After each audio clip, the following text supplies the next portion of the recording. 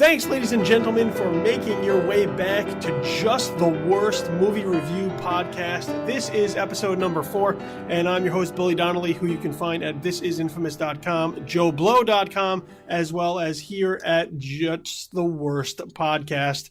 And here, what we like to do every single week is basically what the show title is. We like to review the latest films that are coming out and hitting the theaters, the new releases, the ones that as you head into the weekend, you go, should I or should I not watch that? And even if you have seen it or not seen it, we like to provide some context and maybe some different perspective after you've seen it to kind of help provoke your discussion. So every single week, along with myself, we bring in a rotating crew of movie critics, people who know the industry, people who watch movies devotedly and lovingly, and to have an opinion, whether it's in print, whether it's online, or through some other means of media outlet to express themselves in their own expert sort of way. We're not experts. We're just people who've done this for a while, and this is how we put our spin on it. So joining me this week, William Bibbiani from Crave Online and the B Movies podcast. So thanks for joining me, man.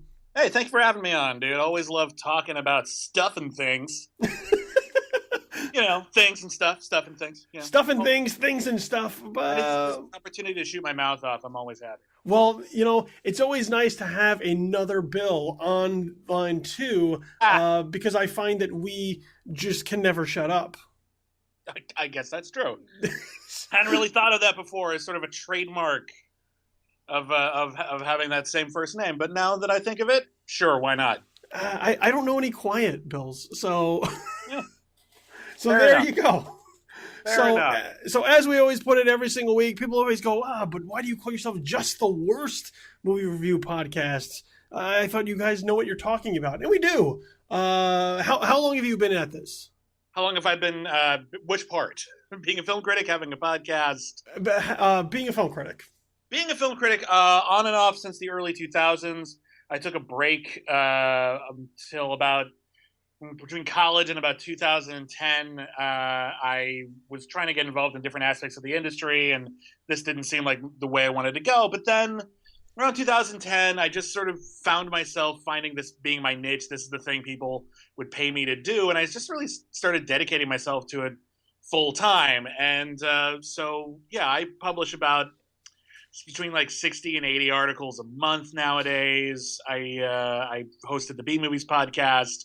We just had our 300th episode pretty recently, and Woof. That's doing rather well. We've got some really cool guests on. We got John M. Chu from Gem and the Holograms on this week. Alex Hirsch from Gravity Falls on next week. It's pretty cool. Pretty cool. I enjoy what I do. I get to do video reviews on the Young Turks Network now on their channel What the Flick. That's very awesome as well. So it's been a long strange trip, man. See, so no slouch, a guy who knows what he's talking about. And that's kind of where we're at with Just the Worst Movie Review Podcast, is that everyone always claims to be the best, the most ultimate, the greatest podcast ever. And I don't really want to fight for that title. So I think if we just kind of set the bar low and just call ourselves the worst right out of the gate and then surprise you, I'll lay claim to some self-deprecation rather than try to fight to be like the greatest. We'll take being just the worst, and we'll be really good at it. Oh, well, there you go. I like it. It's a good thing for a film critic to have low standards. Am I right? In this day and age, it seems like more often than not. Maybe so. So, which will perfectly seg us right into the first film that we're going to talk about this week, which is Vin Diesel starring in The Last Witch Hunter. This is the film from Breck Eisner, which takes Vin Diesel into his nerd type of headspace, playing an immortal witch hunter in New York City who must, as the title easily says, hunt witches, and he is the last one. So not too many surprises. There are actually other, he's got sidekicks. He's got Michael Caine and Elijah Wood, who are also kind of witch hunters. So already it's complete nonsense. Right out of the gate, I I just about laughed my ass off. The very first shot of the film is Vin Diesel in like an old school kind of dwarf beard, with hair. And I, at that very moment, I was like, I don't know that I can take this film seriously. Well, if you look at the posters to this movie, there's like two posters. One of Vin Diesel in like his old Viking type garb, Yes. with his like weirdly trussed up locks, and then another one that's just him in a shirt.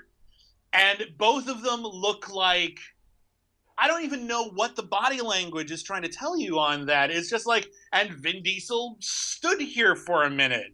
Like it looks like if you took out if you like photoshopped out the sword, it would just have his iPhone there, and he's just sort of hanging out like,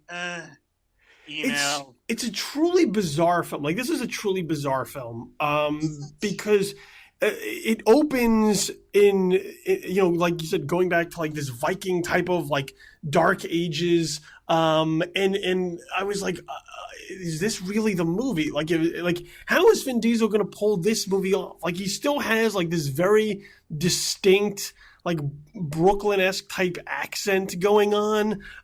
He's got his clan around him, like his posse going out to fight this witch queen, and Eisner cuts it like very, very quickly to the point where like some of it is very difficult to just figure out what's going on. Like all of a sudden the movie opens and you're like, I really don't know what the hell I'm watching. And then it doesn't help that it's all shot in blacks and grays. Like everything looks like everything else. It's very dark. It's like in a cave.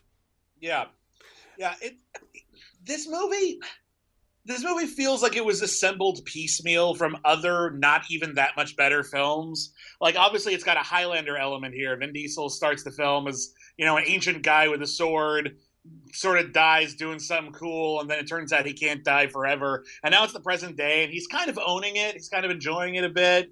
He's got a whole bunch of antiques and stuff, and he fights more witches, and now all of a sudden it's kind of like supernatural, or it's kind of like I, Frankenstein or Underworld. And none of these things are stuff you should really be emulating that hard. It's this weird, unfortunate genre, this mini subgenre of films which get so up their ass with their own made-up brand new mythology that every new scene introduces a new type, a new rule, a new law, a new secret society, a new oh, you're a dream walker. Oh, that's really, really important. So important we never mentioned it before.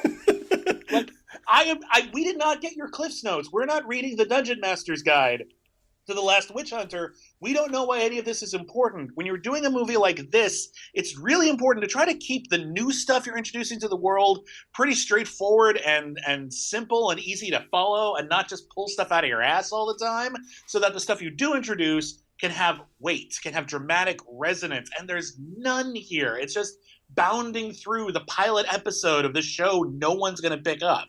This is going to last like one season on the Sci-Fi Channel and not get a DVD release. That's the kind of show that Last Witch Hunter would be. So it's not much of a movie either. No, it's not at all, and it's ugly to look at. Like it's just this CGI fest of just like clear CGI where like the CGI where like it becomes distracting. That you look at it and you're like, this doesn't exist here, and I know it, and why are they even bothering to try and pretend? Because it doesn't look even. I'm not saying like hyper realistic, but like even semi realistic to the point where you're just like, I'm not getting what I'm not picking up what they're trying to put down. I don't understand what it is that they're trying to do. And, as you mentioned, Vin Diesel, who plays Calder, has these sidekicks. Like Michael Caine is essentially Alfred all over again, just in priest mode. He's there to like offer words of wisdom. And, he's a little bit older. He kind of cares for this guy. This not Bruce Wayne type of character who is living this solo existence with this great responsibility. So you have Michael Caine playing that character. Then you have Elijah Wood, who essentially just his main purpose is to ask questions so that Vin Diesel has an outlet to answer what it is that the audience does not understand. Which is nonsense because he's been trained in all of this stuff. Yeah.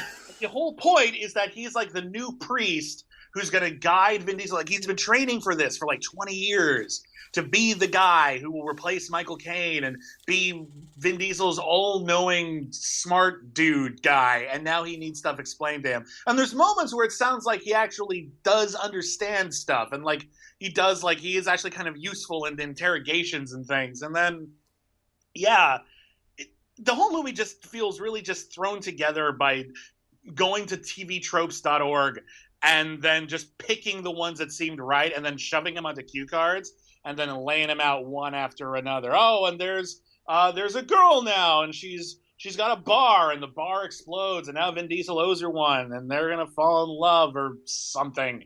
I don't know. I don't know. This movie really isn't worth the amount of effort it takes to review it. It's not even that bad, honestly. It's just lame. That's the thing that almost frustrates me about it. Yeah. Like, if it had just been like I, Frankenstein terrible. And I, Frankenstein is one of the most just abysmally awful movies of the last like 10 years. But it's so bad you want to talk about it. Like, we did like a whole commentary track about how bad I, Frankenstein is on my podcast, and we did not run short of material. This is just so bland and milquetoast and uneventful and uninteresting. This is going to be a movie that like a year from now, you'll have to remind me exists. Yeah, I mean, very much so. And it falls in line with kind of all of these other Hunter-type movies that they've tried to introduce along the way in the hopes of, like, maybe we can get a franchise out of it, whether it was I, Frankenstein or Hans and Gretel, Witch Hunter, or Van Helsing. Like, all of these movies try to do these things where, like, well, we'll take this supernatural element, we'll have them fight these supernatural entities, but we'll do it in, like, this modern way that's supposed to be really cool, but they never are able to properly mesh these worlds where it feels like something you want to watch. Like they're hedging their bets. They're trying to have their cake and eat it too by saying, like, well, we're not gonna put Vin Diesel in this old timey type of situation, and we're not gonna fully commit to him being modern. We're gonna try and figure out how to make it work. So even if he's modern day, we're gonna take these old ancient elements and introduce them. And even in the past, we're going to have some modern type of elements to it. And you watch it and you're just like, do you guys even know what the hell movie you want to make here? Well, it's weird because, first off, the very conceit of the film is that Vin Diesel is immortal. Yes. And then every bit of danger that occurs throughout the movie is dangerous to Vin Diesel. This is why you have sidekicks like Elijah Wood or Rose Leslie from Game of Thrones. That's Rose Leslie, right? I'm not crazy. That's her name? That is Rose Leslie. Okay, yeah. So this is why you have them, so you can endanger them. So there's a threat. Instead, all the time, Vin Diesel's like, oh no, he's trapped in this dream state, and if he dies in a dream, he'll die in real life. And even Vin Diesel said, yeah, but I can't die. Like, so there's not a lot of threat here. And this really is kind of the big problem with this whole Monster Hunter franchise. You can do this right. There are good Monster Hunter movies. If you look at something like Troll Hunter, which is actually amazing and excellent. The trick is I think Blade kind of killed this. The temptation is to make the Hunter character too badass, too threatening, cool, too all-powerful. And now all of these horrifying monsters aren't scary anymore. They're humdrum and they're lame.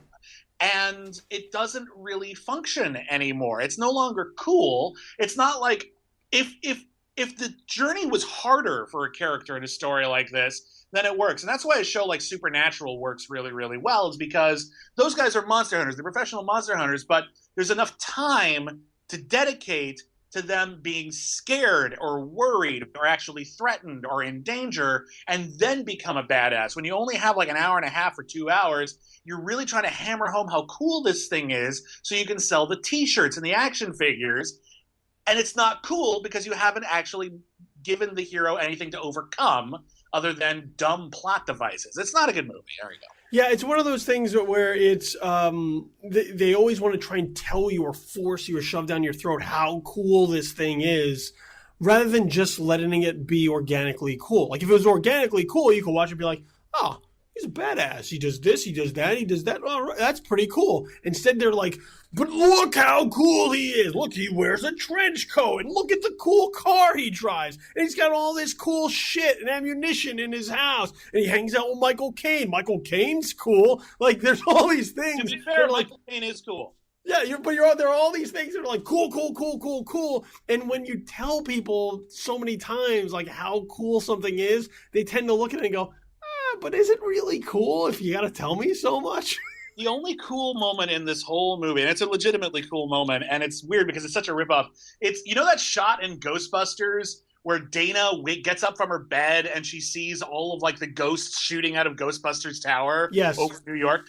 So they do that shot, but this time it's like evil magic flowing all over New York City. And it's Michael Caine getting up and he looks at that and he says, "Hello, you rotten bitch of a morning." And it's just like, now that is cool. That is approaching like the forces of evil when you yourself are weak and powerless and being a dick about it. That is cool. That's a cool guy. That guy I'll follow. I don't care about Vin Diesel. He's like, again, this is okay. It's just... It's drenched in mediocrity is really what it is. The title of my review is Malleus Mediacarum. It's a bit of a deep cut for you history buffs, but I think it's funny. So there you go. I think there's one positive that I took away from the film, which was that I would actually not mind seeing Rose Leslie in more things. All people know her as is the woman on Game of Thrones who tells Jon Snow he knows nothing. Like that's to this point has been like her claim to fame. And I found here that at least she injected some bit of personality in the film. This is a thankless task for any actor to be the love interest in a movie like this, and she does the best she can. If you want to see a good Rose Leslie performance, I imagine you might have seen it, but not everyone has. There's a really good horror movie came out last year from director Lee Janiak called Honeymoon. Yes. Yeah, I think it kind of airballs the ending a little bit, but for 90% of that movie, it is scary as hell, and she is fantastic in it. So I definitely want to see her in more stuff. Yeah, and you know what? And I kind of feel bad, like about Vin Diesel here because like I do think there's something to Vin Diesel that people haven't figured out how to tap into unless it's like the Fast and Furious. So now it's to the point where like he's owned the Fast and Furious so much and for so long that even when he's in a movie like this, it's very hard to take him seriously because you just view him through the prism of being Dom. Like you're just like, it's just Dom. Why is Dom trying to be a witch hunter? Like this is ridiculous, Dom. Just go back to your muscle car, man. What are you doing here? Leave this for somebody else. And like he's a genuinely nice guy, and I know that he's trying like super hard to like do something that's not. Here's the thing with Vin Diesel. Yeah. I feel you because he does seem like a cool guy, and I like the Fast and Furious movies fine. I like some of his other movies too. Vin Diesel is not a guy who can elevate bad material. No. There are some actors who can. We were just talking about Rose Leslie. She's got bad material, and she's actually bringing something to it. That's talent. There's actors, and then there's movie stars. Vin Diesel is a movie star. He comes in, and he is Vin Diesel. If the part has something interesting in it, like you look at the Riddick movies, or at least the first and the third one, you look at some of the Fast and Furious movies, which at least have more interesting character dynamics, he can bring something to it, and he can be really, really good. If you ask him to just be a badass, he's not going to add nuance. He's just going to be the badass. Yeah. And a movie like this, which has no subtext, no subtlety, really nothing interesting going on other than a big pile of, mythology that doesn't matter and no one cares about going into the movie and everyone's going to forget the moment the movie's over, he's trapped. He's doing the best he can. He's doing his job. There are people who could definitely do it a lot worse. But there's so many people who could bring something really exciting and interesting to this, and Vin Diesel isn't one of them. Yeah, I mean, it's better than watching, like, Jai Courtney or... Oh, my God. Can we please... listen, I've interviewed Jai Courtney. He's a lovely guy. He's a very, very nice guy. Can we please be out of the era in which we think Jai Courtney is a movie star? Well, it's a good heavy. Like, you bring him in to be, like, a bad guy in a couple of scenes, like in Jack Reacher or even the Divergent movies, he's fine. He's not a movie star. No, but then again, like it took us a while to get to finally get the memo on Sam Worthington too. So like it takes us a little while to be like, I don't know what people saw in this to fully get on board. And I'm not saying Vin Diesel's like in that boat. I just no one has figured out really how to tap into it. I mean, and other than. Like Spielberg got something good out of him in Saving Private Ryan, but that was like very, very early and it was a very small part, but it was something that kind of was built around who Vin Diesel is and plays to his strengths. I think something like Last Witch Hunter doesn't play to his strengths. It plays to his strengths in like him being able to pull off an action sequence, but then when you're like, hey, sell this dramatic moment, make this matter, add some weight to this, I don't know that he has the skill set to make that happen for a movie like this. He just doesn't. Okay, so two very, very not positive recommendations there for The Last Witch Hunter. Basically, the recommendation is to not watch The Last Witch Hunter. We just don't recommend it. There you go. Yeah, go. This is a see something else kind of moment. All right, let's move into one of the Blumhouse film movies that are released this weekend, and that would be the finale of the Paranormal Activity series. This is Paranormal Activity: The Ghost Dimension, directed by Gregory Plotkin.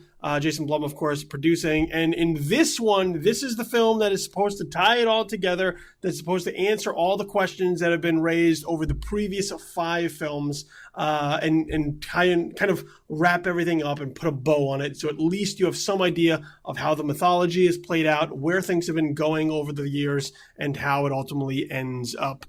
New family is put into a new house, where once again the demon Toby shows up, and of course using found footage and now 3D. Here's where kind of the way the story is told this time out. Let me ask you right off the bat, Ghost Dimension, what did it do for you? Nothing. Here's my thing with the Paranormal Activity movies. I think the first Paranormal Activity, just to give everyone a sense of context and where I'm coming from, first Paranormal Activity is great, really rock solid, very simple, almost universal kind of horror. Not universal like Bela Lugosi, but universal in terms of something we can all relate to. Being up late at night, hearing that creaky stuff, your inner demons with your boyfriend or girlfriend are affecting your relationship and coming out in horrible ways. It works. It functions. 2 was totally forgettable. 3 was pretty scary. 4, 5, and now 6 have basically been destroying the franchise as hard as they can. They're introducing all this continuity, all of this mythology, again, more mythology here, that every single thing we learn about Toby and the witches and the army of super soldiers they're making, like, what? It just makes everything less scary. If you'll recall at the end, I'm going to give a spoiler for a movie that came out a couple years ago now. At the end of the marked ones, they finally showed what happened at the end of the first Paranormal Activity, which was all off screen, and you heard Katie screaming, and then her husband comes in and he screams, and it's like the scariest thing you've never seen. And then it turns out like a Hispanic teenager accidentally wandered into their house. Like, that's what was happening. They've been actively ruining every good thing about this franchise, and this is just makes it worse, because now we see what everything has been leading up to, and it's really kind of lame. I'm not going to give away exactly what it is because it's right at the end. I think that'd be rude, but you're going to watch it and go, oh, that's it? That's all there was to this? That was a whole lot of nothing. What were we here for? Yeah, I did find, I did find, once again, not to get too in deep on how it ends, I did find it did come to a sort of abrupt end. Like, it just kind of happens. And not to say that I was looking for, like, some incredible battle between, like, good versus evil, because I think that would have been far worse. But it does sort of end up abruptly, where you're just like, all of a sudden it happens, and then the credits are over, and you're just like, oh, well, I guess it's time to leave. I'm a little bit different from you on the paranormal films. I love the first film, and I've liked them as they've gone. Not as much as the first one. I think the first one is obviously solid. It is, once again, it is very simple. The end sequence, I think, is brilliant. I mean, I can recall it from memory, just shot for shot, like how it all goes down. And it was one of those sequences that has stayed with me along the way. And I think it's a testament to how horror can be done well and still surprise you, even though, and in that case, it's one of those ones where you're not totally sure what's going to happen because of how slowly the build has been, how slowly they've moved through what this entity can do, rather than kind of give everything away all at once, like a lot of horror movies have done.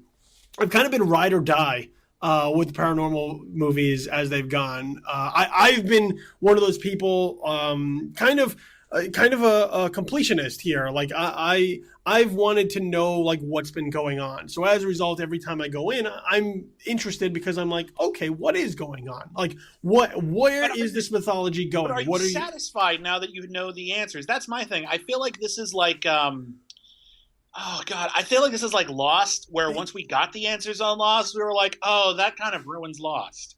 I don't know that. I would disagree with you there because I don't know that Lost was ever ruined. Because for me, and I know people who it was. Like they'll argue, like, "Oh my God, if I had to do it again," and I'm like, "But would you really not do it again?" Because Lost is so much about the journey. The destination feels underwhelming, but I think it's kind of a problem that happens when along the way you do plenty of question asking but never deliver on any answers. So by the time you get to the end and you have to start delivering on answers, it's not what either people wanted or expected. Like along this way, even here, like, spoiler, Demon Katie never shows up. Which I thought was like, how could that, like, that was such a key figure in kind of all of this. How do you not have the central figure never be a part of it? Here's what I'm going to say. I'm going to say one thing. Fair enough about Lost. We have a slightly different take on it, but that's perfectly valid. Mm-hmm. I'm going to change my example because I think it's more appropriate now that I think about it. Okay. I look at episodes 4, 5, and 6 of the Paranormal Activity franchise in particular, once they really started getting into the myth.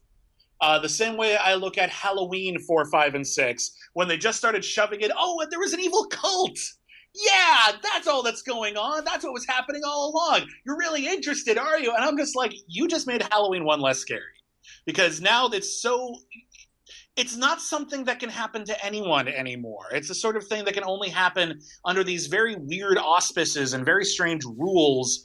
And it just starts getting increasingly ludicrous the more you reveal about it. Ultimately, the plot that's going on in the shadows in the Paranormal Activity movies is just as ludicrous and stupid as the plot of The Last Witch Hunter. We're just looking at it like from like by proxy and like a couple people on the edges who are experiencing something that is kind of scary. See, the thing about these films for me has always been like they do something for me horror-wise because like I have a not a background obviously, but I have a belief system that lends me to believe like spirits and demons and all this shit could possibly exist. So in watching it in the theater and having watched it in home, they play differently because of just your surroundings and if you're watching at home, there's creaks in your house and you're like, holy shit, what is that?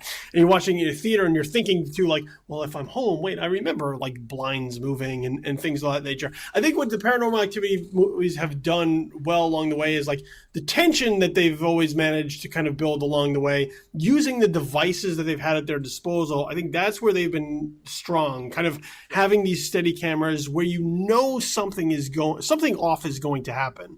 And you're waiting for it. And I think that's this. Their waiting for it is almost better than the actual scares that they deliver because the anticipation is what puts you on edge. That's where you sit and you're like, and you wait for the other shoe to drop. You're like, holy shit, what is going to happen? And you wait and you wait and you wait. And sometimes they deliver, sometimes they don't. Sometimes they use misdirection to set something else up better. And here, even though they've gotten a little bit more gimmicky along the way, here definitely using the 3D. I actually like the way that they use the 3D here because I don't mind having shit thrown in my face. When I watch a 3D film, it kind of goes back to like, when you go to like Disney and you watch like 3D movies at Disney and they're just constantly putting shit in your face.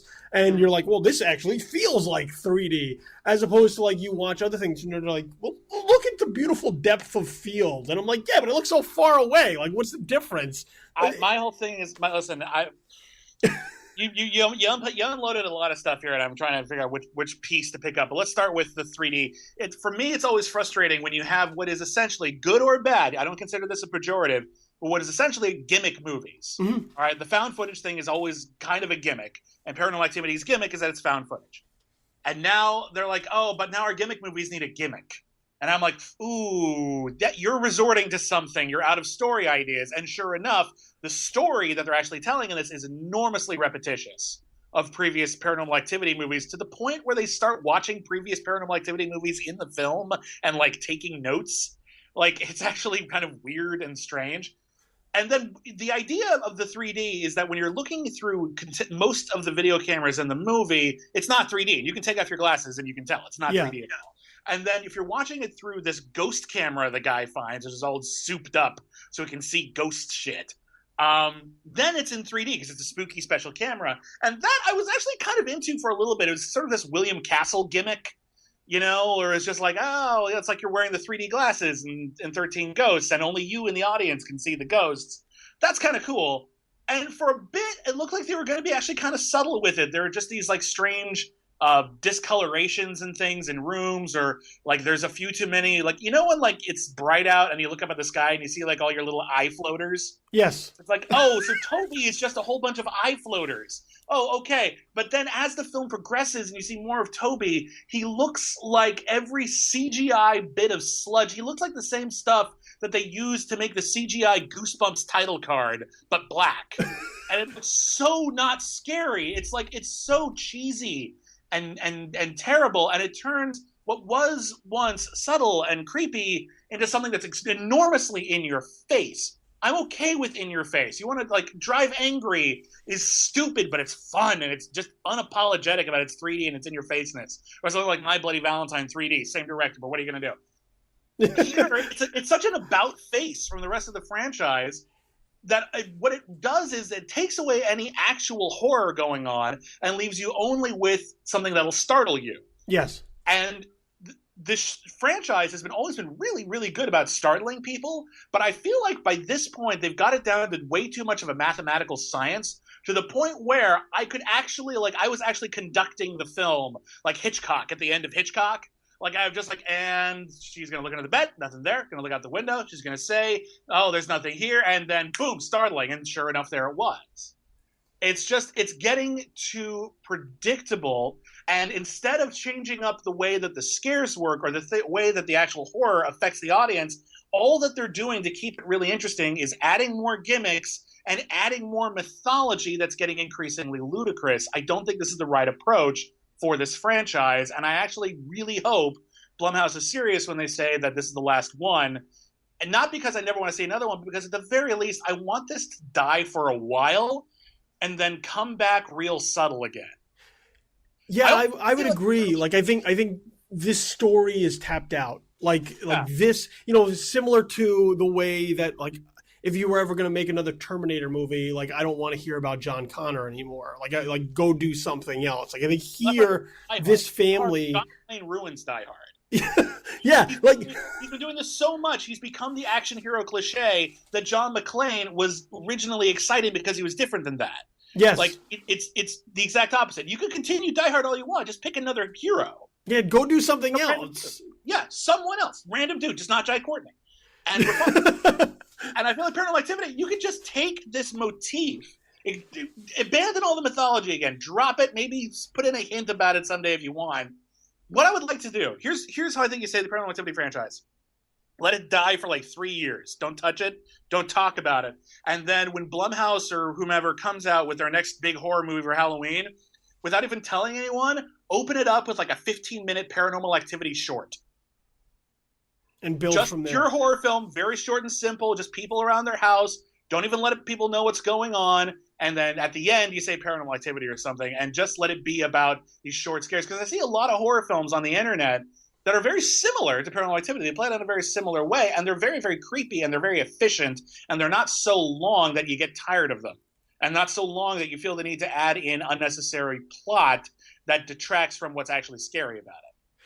Yeah, the thing I find with these films is that I think they get painted into a corner. The longer they go, they paint themselves into a corner. Part of it through the story that they tell, part of it through the mythology, and then part of it is just the genre itself. When you're dealing with either haunted house movies or exorcism movies, this which has kind of a mashing together of both, there are rules that you have to wind up playing by in order to feel consistent, both within kind of the genre you're playing with as well as the franchise that you're moving along with. So even like something like this, they can't ever do anything too out of sorts with what has come before, because then you'd look at it and say, well, that's not a paranormal movie. And there are other movies that do it all the time. Like any new exorcism movie always says, they always kind of go back to the similar tricks of an exorcism, and you go, well, I kind of have seen this before. But if they did something new, you'd be like, well, that's bullshit. That's not what happens in an exorcism, as if like we know.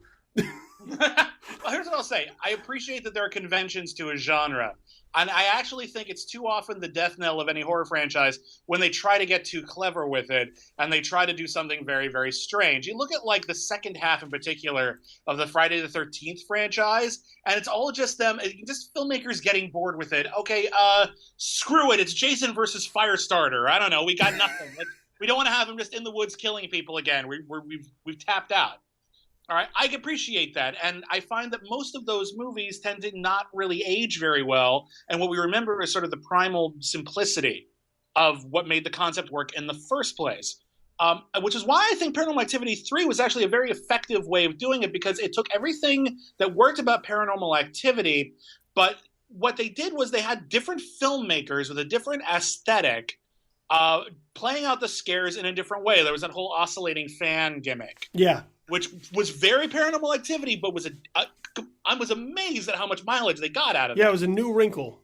Yeah, it was a new wrinkle, but it wasn't a new thing that they just threw into it. It was just, I feel like the way to do like a Paranormal Activity franchise, almost, maybe they're connected, maybe they're not. I don't care if they're connected. I want to see other stories in a similar milieu, found footage kind of things, just normal people discovering that, you know, their lives are haunted by metaphors for whatever personal strife is going on with them. Good idea. Just take the basic premise and the basic visual motifs and then give it out to new and interesting directors. They got the guys that did Catfish to do the third one, and they knocked it out of the park. Those were interesting filmmakers. I would say give them the more interesting filmmakers and not try to just have them do a house style. Let them play a little bit and then use your producerial status to reel them in when they're going too far. Okay, anyway. So Paranormal Activity, The Ghost Dimension, for me, I would recommend it. I think if you've come this far, you have to see it because this is where it's going to go. Whether or not you're satisfied by the end of it, that's going to be entirely up to you. I think if you haven't liked these films to this point in time, there's zero reason for you to walk into this. But for me, I at least found that there were still some scares to it. I thought there were a couple clever devices, particularly kind of the ghost camera. And if you're a fan of 3D, just throwing shit in your face, I think there it's effective. But unfortunately for Bill, not so much of a fan. Not so much of a fan. I'll say this. It's like a show you really, really, really liked. And then when it comes around time to the final season, find yourself not watching it. Like you DVR'd it, and then it's like, oh, I'll finish watching True Blood next week. And then you never finish watching True Blood.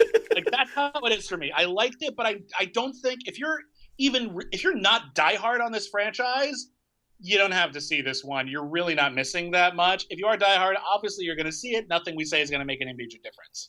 Yeah, but it's not the strongest, obviously, in the series. It's not even the worst. I would still say the marked ones is technically the worst, but it's not very good. It's not very good. All right, let's move on to the other Blumhouse film released this weekend, and that would be Jem and the Holograms, the adaptation of the 1980s animated TV series and toy line about a band, a super pop band that touches the world with their music, directed by John M. Chu. And for some reason, when they decided to adapt it for the big screen, removed most of the elements that people have loved about Jem and the Holograms over the years and turned it into this very lo-fi, low-tech, grainy, gritty, ugly... Oh, I don't know about ugly, but okay. Goofy, just kind of... It feels like... if you were to take the Zack Attack version of Saved by the Bell and kind of blow it up into a feature film while incorporating internet culture, I think you would wind up with Jem and the Holograms in like the worst sense. I'm going to stop you right there. I like this movie. Do you really? I do. And okay. I like the original series, but I don't have my head stuck up when asked about the original series. The original series is stupid. It is stupid. Enjoy it, but it is stupid. The whole concept is stupid. The characters are very, very silly. The situations are bizarre. It's so repetitive. It's very repetitive, And I get it. And I enjoy watching it to this day. I still watch it on Netflix sometimes just for fun. I like it.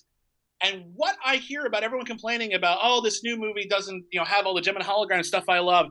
What you were saying right now, and I realize this might sound like an extreme example, but from functionally, I think it's the same thing.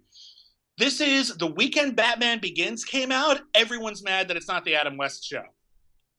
All right, what John M. Chu has done, to his credit, and it's not a perfect film. Certainly it's got problems.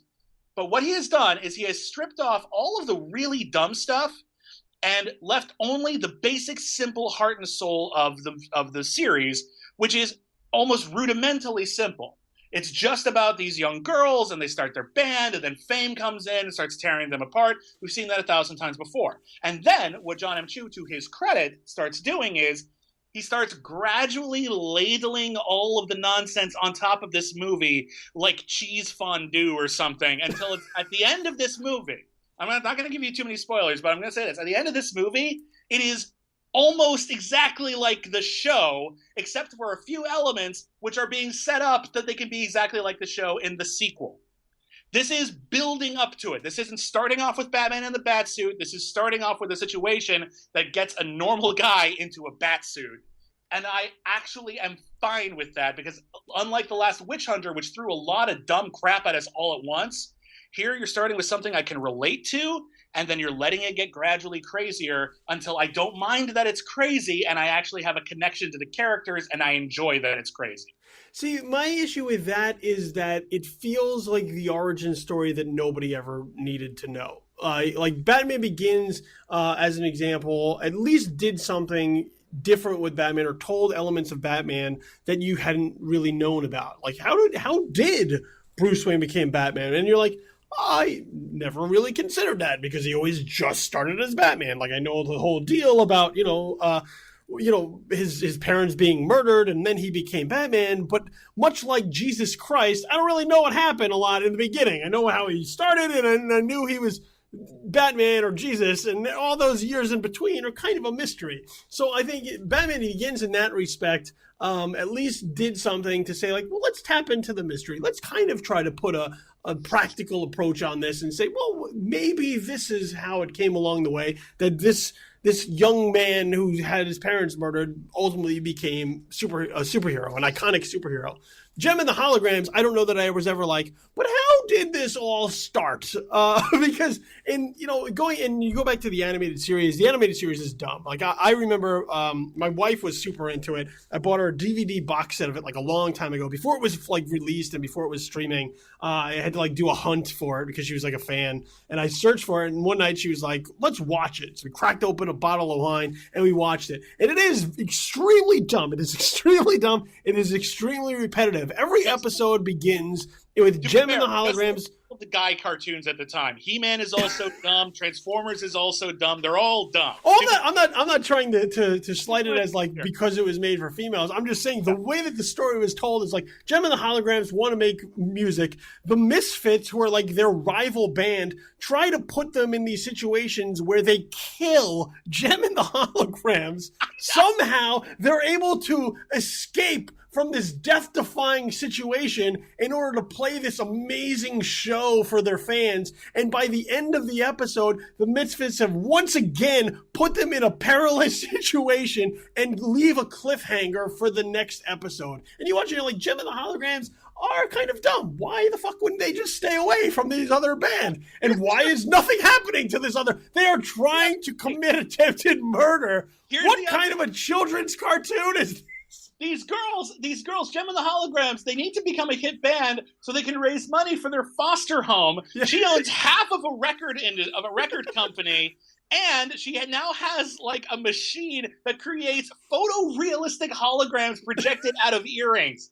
Patent that technology, and then you're fine. Do music in your spare time. All right? It doesn't work. But again, here's my thing. You want it to be more like that because that is so campy and bizarre that, yes, certain diehard fans are going to absolutely love this, but for people who don't already love Jam, which I hate to break it to you is most people on the planet, they're not going to respond to it. This is what it sounds to me like the kind of movie a lot of diehard Gem fans wanted was something way more akin to, say, the Wachowskis' Speed Racer, a movie I love and a movie that tanked like a motherfucker because it was completely inaccessible to someone who wasn't ready for how bizarre it was. I don't know that Gem and the Holograms has to be bizarre, but the thing that most struck me about the film was how little fun I had watching it. Like, at least Gem and the Holograms, the animated, I could watch it. And as dumb as it is and how ridiculous it is, I could at least... I wouldn't walk away from it saying I didn't have at least a good time watching it. Like, even if it was poking fun at it, like there's still something there that you can grab onto and have it entertain you. Here, I never really got that. It took a much too serious tone for me. And yeah, it does kind of move along in this way of, you know, oh, here's the evil band manager, and they're going to split up the friends and the family, and how awful this is going to be. But you look at something. Well, but you look at something like Hannah Montana, which had a run on Disney, and which made Miley Cyrus a star. Hannah Montana is ultimately Gem and the Holograms. Like, the conceit of Hannah Montana is built on Gem and the Holograms and kind of this dual identity and this and popular music that everyone's just going wild for. And if you ever watch like any of those episodes, like, once again, a sitcom on Disney, there's not a lot to it, but you could still you could still look at it and say, this is better than most of these types of shows because it's at least embracing what it's trying to be and running with it. Like, it's not trying to just dip its toe in it. It's just like, fuck it, let's just go for it and ride it out and see if it does. And those are the ones that kind of become successful. No, I'll give you that. And listen, I, when it comes down to how much we enjoyed it, I think it's a matter of degrees. Mm-hmm. I did enjoy it on that Hannah Montana level. I enjoyed it on this golly gee whiz, let's put on a show level. I'm going to say something right now that I've never been ashamed to say, but some people think I should be. Go for it. I love the Step Up movies. Go for it, yeah. I love those movies. And John M. Chu did a couple of those. What those movies have is this very... I call it neo-sincerity, this post-ironic sincerity, where we're going to take the dumbest, silliest, most in-your-face storyline possible, and we're going to play it completely straight, and the only thing we're going to dazzle you with is, the musical performances and the dancing or whatever. Gem doesn't... This is the biggest flaw with Gem. The actual songs are not that great. They're okay, but they're really kind of forgettable bubblegum pop stuff. That's the biggest flaw with this. I feel like if the songs were better, this would be awesome. But regardless, what it has is that sincere, sweet, honest, emotional context with these young girls and their sisters and dealing with fame. And it's not complicated, but it is sweet. And everyone's playing it completely straight, except for Juliette Lewis, who is camping it up so beautifully, doing her best Parker Posey impersonation. Like, I really love her. I was just able to get kind of swept up in it in like almost like a Legend of Billie Jean kind of way, where you're taking it almost so seriously that it's almost camp, but it's not quite camp. It's this weird nebulous in-between zone that really does, I don't know, that really does tickle me. I enjoy it. I would absolutely agree with you on the music. I mean, I think the best musical entry they play is probably the first song, and then I thought they kind of tailed out. Like, usually you build to like the best song. Here I thought they came out of the gate with the better song and then kind of tailed off, and I was like, I don't understand what the big deal is with this band. And then there's also kind of these elements where they're using the internet to kind of feed. They're using internet culture to kind of feed the phenomenon. But the way that the story tells it is like Gem is not like a huge star. Gem is like a momentary sensation who kind of shows up on YouTube, gets a lot of views, and then all of a sudden, like, Gem is changing the world. Like, Gem is affecting these people's lives with literally a song on YouTube, which now all of a sudden, like, they can't let go of. Like, oh my God, Gem just means so much to me, and Gem does this for me, and Gem does that for me. And I'm like, Gem's been around for 5 whole minutes. Like, what the fuck is going on with these people? That sequence, right? You know how that sequence came together. Yes. In reality. Well, they literally put out a call and said, like, please tell us what Gem means to you. Because what this movie is kind of about more than anything else is it's kind of about fandom, and it's kind of about projecting onto people that you care about who are ultimately just phantom images of celebrity, and that's all Gem ever was. She was literally a hologram. And so I feel like what they're doing is it's kind of meta. It doesn't always work, but I at least give them credit. They constantly like intercut with other like YouTube performances during various sequences, as if YouTube itself, as if this massive online conglomerate of talented people coming together and just putting their shit out into the world is like the Greek chorus of this story that comes to represent all of them. The other thing I will say is regarding the plot point of how like, oh, she had like one hit song or one song that was popular on YouTube and all of a sudden she's got all this stuff and the song wasn't that great. If you pay attention to the movie, there's actually more going on than that. You'll notice towards the beginning of the film, Jem has these earrings that end up being very important to the hologram machine that they build over the course of the movie, which I love being able to say. There's a part where Juliette Lewis says, oh, those earrings are so 10 years ago. Here, give them to me. I'm going to put them in a box and lock them in the vault. She actually saw, here's my thing. She saw Jem on that thing. She saw the earrings. I feel like Synergy, the hologram technology, is like proprietary information for Starlight Records, and she's actually trying to get it back from Jerrica without Jerrica knowing that she's screwing her over to get this new technology. Because you'll notice that the robot, Synergy, sees Juliette Lewis come into a room and immediately hides. And I know this sounds like I'm reading too much into it, but we had John M. Chu on my show this week, and he said, yes, that's a setup for a sequel. Well, there's definitely more there because of the fact that I mean, obviously, if you're watching Jem, you are looking for the rivalry with the Misfits. Like that's ultimately what Jem and the Holograms is based on, is kind of this rivalry between like the good, wholesome, amazing entertainment and like these awful bitches who are trying to destroy pop music as we know it through nefarious means. I'm sorry. The Misfits are so much more punk rock. Like the Misfits are actually a better band in every possible way. I'm actually fine with the Misfits. But anyway, moving on. You were saying? Well, it's true. They're like the villains you love. They're like the heels that you root for because the other people are too good. They're too wholesome. At least the Misfits has some edge to it, but they bring that interesting dynamic. See, I am kind of in a different headspace with these kind of intercuts that they use with internet performances, because what they ultimately do is they use them at the most crucial moments of the film. They use kind of these musical performances as the score for these moments. So whether it's this guy playing drums on like a bucket and like somebody just clapping along with their arms, they use that underneath to kind of like build the language using the music, build the musical language underneath those scenes. But then Chu feels the need to constantly visually cut back to it, which I found kind of jarring. Like it's one thing to be like, okay, here's the setup and now we're just going to let that take off underneath and let the moment kind of be what it is. I find that every time he cut back to that source music, it just took me out of whatever moment was happening. And as a result, I wasn't able to get into that. I wasn't able to find any kind of emotional depth or weight to it. Because once again, these are the moments where that are happening that are crucial to what's going on. Again, I totally see where you're coming from with that, and I think it's just a matter of interpretation.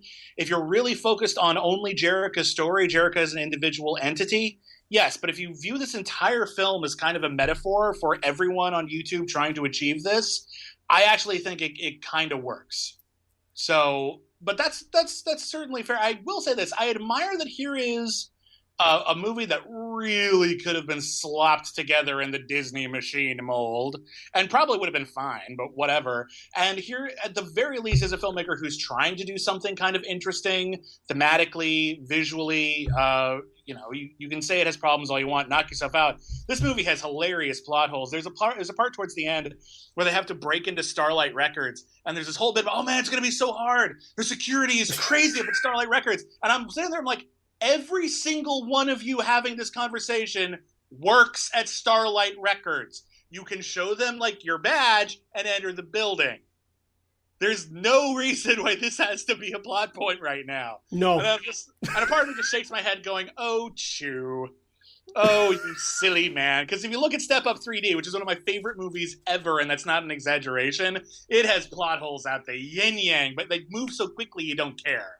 Here, it doesn't quite move quickly enough that you don't notice, and I honestly think it just adds this sort of lo-fi charm to it. And I'm just gonna say, I enjoy it. I definitely think it's better than a lot of people are thinking it is sight unseen. And I think when I saw this in a theater, normally I don't take this card. I normally don't like the Finding Neverland approach, where you take a bunch of film critics and you shove them in a theater with so-called normal people, just to say, like, see, the normal people laughed at a haunted house too. I don't take that as like, I care about my opinion, and if I cared about everyone else's opinion more than my own opinion, I wouldn't be a critic. I have confidence in my opinion. But to back up my opinion, there was a theater full of little girls, all right? Mostly like in the tweens or younger range. That was the most of the audience when the critics in LA saw this. And they ate it up. They were feeling very positive and empowered by this thing. And I think that is ultimately the function of this movie. And if it's hitting the target demographic of kids who are going to grow up with this dumb junk and just ultimately only see the positive stuff in it, the way that you or I, who grew up, we're about the same age, right? You grew up around the 80s? Yes. Okay. We like a lot of dumb crap from the 80s that actually isn't very good. Some of it is dumb crap that isn't very good. We see the positive stuff in that. We only see the good in it, whereas all the critics at the time were saying this is dumb crap. I'm always hesitant to be the critic who's going to shoot something down because it wasn't made for me, because it was made for people who are very, very young and are only going to laser focus in on the big bullet points of positivity and fun. That doesn't mean I'm always going to give them a free pass, but I'm always consciously aware that it's possible I'm out of touch. Here, I had a good time, and if I had kids, which I don't at the moment, I would be delighted to take them to something like this, as opposed to something like Teenage Mutant Ninja Turtles or something which is all just bland, loud violence. Here, at the very least, it has heart and it has positive themes, and I enjoyed watching it. See, I had a different experience because I did see it in a theater full of kind of younger people, and they seemed kind of bored by it a little bit. I don't know if there's a lot action-wise that's kind of going on. Not a lot to dazzle. They do try to make it a little bit more toned down and gritty, and that's the choice that they make for better or worse. And as a result, once again, like I never found myself having fun with it, and around me, I didn't really feel like anybody was kind of having fun with it. And when you bring up like the holograms and synergy and whatnot, I found that kind of side quest to be extremely bizarre. That's what I loved about it. I'm all about not to just shit on the movie like entirely. I think there are like some interesting themes there about womanhood and kind of growing up and finding yourself and kind of maneuvering in this idea of social media and kind of what it is that you put out there, the persona that you put out there, and how genuine it is to who you really are. I think there are interesting ideas within the film that in a better film could actually examine them much more intelligently, but also more deeply to give you overall a better film. For me, I just found that there wasn't enough here for me to grab onto. And I think if you're a fan of the original, and typically those are the ones who are going to come out in full force for this, I don't know that they're going to like any bit of what it is they see. And I think that is where the problem kind of comes in, is that once you completely kind of lose the base, I think that's where you kind of have a rocky situation moving forward. You can kind of manage. You can teeter the line. You can walk that line very tightly and try and have it on both sides. Introducing new things to bring in a new audience while also staying nostalgic and keeping the old. But when you kind of cast aside some of it to go entirely new, I think that's where you kind of run into some of the problems. And I think that's where the issue is, where people are kind of like hating on it sight unseen. Like I absolutely, like, if you're gonna hate on it, like, just go watch the movie and then hate on it. But if you just say like, no, go ahead. I'm saying knock yourself out. Yeah. See the movie and don't like it, knock yourself out. See the trailer, say that's not what I think it is. I think at the very least, what people should be aware of is that they're building it into the thing that you all know. Maybe that was a poor idea. Maybe that wasn't the best way to go about this. Certainly, this was not John M. Chu's first idea. He described his original pitch, which is way more like the show on my podcast. Not to keep plugging it, but I just happened to notice. I had the same question. But this is what we've got. This is the gem movie we've got. And I don't dislike this movie. I don't think this is a bad movie. Speaking as a fan of Gem, who's also willing to acknowledge its flaws, I like this version of Gem as well, and I'm also able to acknowledge its flaws. It's a very silly, strange film. But ultimately, I feel like it captures what matters about Gem, and if that's the superficial stuff is what's more important to you about Gem, I ask you this. Are you really that big a Gem and the Holograms fan, or do you just like Artifice? Which ultimately is not what Gem and the Holograms was about. It was about the reality underneath the artifice. And if you're going to reject the reality underneath the artifice of Gem and the Holograms, you're rejecting Gem and the Holograms, aren't you? Boom. Drop the mic. Just went deep. Mic. Just went way deeper than many have ever gone with Gem and the Holograms. Perfect way to end it. Right there. Boom. There it was. William Bibbiani, you can find him online at Crave Online, as well as the B Movies podcast, which he plugged substantially. So now you got to make sure that you go check it out, which I'm sure you can find on iTunes. Yes, you can find it on iTunes. It's on Podbean. And we got good stuff. Again, we got John and Chu. If you want to hear more Gem and Hologram stuff, we got that. Every week throughout the month of October, me and my co-host Whitney Seibold are reviewing an entire horror movie franchise. And this week it's Wrong Turn. So tune in this weekend for reviews of all 6 of the incredibly irresponsible Wrong Turn movies. So that'll be fun. And then as well as online, make sure you hit him up on Twitter at William Bibbiani. I'm your host, Billy Donnelly. You can find me on Twitter at Infamous Kid, as well as on Facebook, facebook.com/Billy the Kid. And this is Just the Worst Movie Review Podcast, which of course you can find at Just the Worst Podcast on SoundCloud, on Twitter as well, at JTW Podcast, and on Facebook, facebook.com/Just the Worst Podcast. So Gem and the Holograms, mixed. Bill is a much bigger fan of it than I am, but we flip on Paranormal Activity, where I am a much bigger fan of that than he is. And when it comes to The Last Witch Hunter, no one is a fan of that movie. Just about, yeah. Yeah. So, Bill, thank you very much, man, for taking time and joining me this week. No worries, man. Thanks for having me. All right, guys, make sure you check out. There's a ton of good movies out there in the theaters, so there's always something out there to find, whether it's something we talked about this week, a previous week, or something coming up. Just keep your eyes out and keep them peeled. We'll be back next week to review more films on episode number 5. Who will be joining me? I have no idea, but at least for now, this number, episode number 4, this one is out. So for Bill, I'm Billy, and thanks for joining us. We're out. Peace.